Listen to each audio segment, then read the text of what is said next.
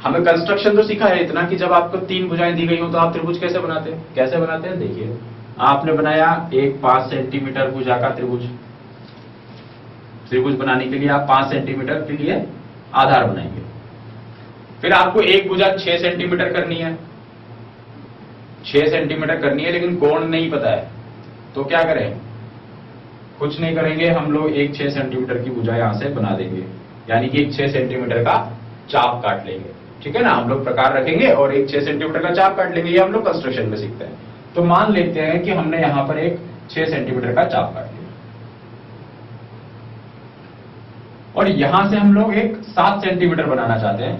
ये यहां 6 सेंटीमीटर का चाप काटा और यहां से एक 7 सेंटीमीटर का चाप काटा, तो ये दोनों एक पॉइंट पे मिल जाएंगे और ये एक पॉइंट पे मिलेंगे। यहां पर ये बनी 6 सेंटीमीटर और ये बन गई 7 सेंटीमीटर। अब अगर हम दूसरा त्रिभुज भी ऐसा ही बनाना चाहेंगे कि नीचे 5 सेंटीमीटर बनाएंगे, यहां से 6 के लिए एक चाप काटेंगे, यहां से 7 के लिए एक चाप काटेंगे, ये बन जाएगा। ये 6 हो गया, ये 7 हो गया। अब क्या हुआ कि हमने चाप काटा, तो चाप तो अपने आप कटता है, तो और 2 रेखाएं हमें मिलानी थी। भाई जरूरी था हमें कि 6 और 7 बने, ये सब कुछ जरूरी थी। तो क्या होगा कि ये जो कोण है ना, ये तो अपने आप बराबर आ जाएंगे। जब आपको पता था तो आपको ये कोण है, आपने चाप काटा और चाप अपने आप मिल गए, तो कोण अपने आप बराबर हो गए। मतलब जब आपको 3 भुजाएं दे दी तो आपने सर्वांगसम बना दिया। एक भुजा दी, नहीं बना पाए, 2 भुजा दी, फिर भी नहीं बना पाए।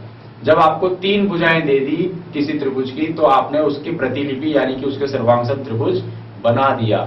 यही हम लोग यहां पर बात कर रहे थे कि भुजा, भुजा और भुजा, यानी किसी त्रिभुज में 3 संगत भुजाएं बराबर होनी जरूरी हैं। 5 और 5, 6 और 6, 7 और 7। अगर आपको किसी भी त्रिभुज में 3 संगत भुजाएं बराबर मिल जाए तो आप कह सकते हैं डेफिनेटली कि वो त्रिभुज सर्वांगसम है। फिर आपको कोणों के बारे में पता हो या नहीं हो। क्यों? क्योंकि जब 3 भुजाएं बराबर मिल गई तो कोण अपने आप बराबर हो जाएंगे। तो एस एस एस सर्वांगसमता क्या कहती है कि यदि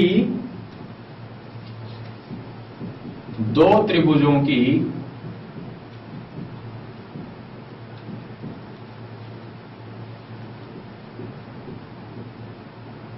संगत भुजाएं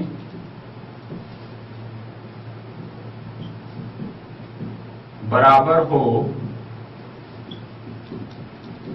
तो त्रिभुज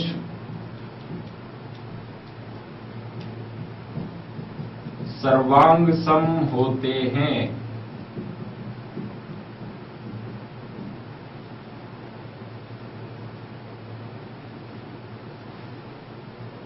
संगत भुजाएं कौन सी? तीनों।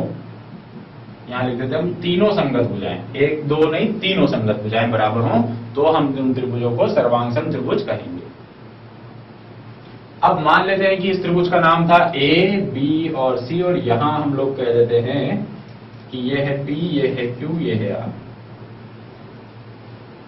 तो अब आपको लिखना हो जब इन त्रिभुजों को कि भाई त्रिभुज सर्वांगसम है तो उसको डिनोट कैसे करेंगे, तो आप सबसे पहले क्या लिखेंगे कि ए बी 6 है और पी आर 6 है। ए बी भुजा बराबर है आर पी या पी आर, जो भी आप लिखना चाहें, आर पी लिख लीजिए। ऐसे ही बी सी भुजा बराबर है पी क्यू भुजा के, और ए सी भुजा बराबर है आर क्यू भुजा के। तो जब आप लिखेंगे तो आप यहां लिखेंगे त्रिभुज ए बी सी सर्वांगसम है किसके। अब आपको सीक्वेंस देखना है। सीक्वेंस कैसे देखना है कि ए बी किसके बराबर है? आर पी के। तो आपने लिखा यहां पे आर पी, तो अपने आप यहां कौन आ गया? क्यू। अभी हम चेक करेंगे, अभी छोड़ेंगे नहीं इसको, अभी चेक करेंगे। कैसे चेक करेंगे कि ए बी आर पी की जगह होना चाहिए A B R P. B C किसके लिए? P Q, B C P Q, सही बैठ रहा है। A C R Q, A C R Q, देखो ए सी आर क्यू, है ना, सीक्वेंस में बन गया। तो हमें त्रिभुज A B C P Q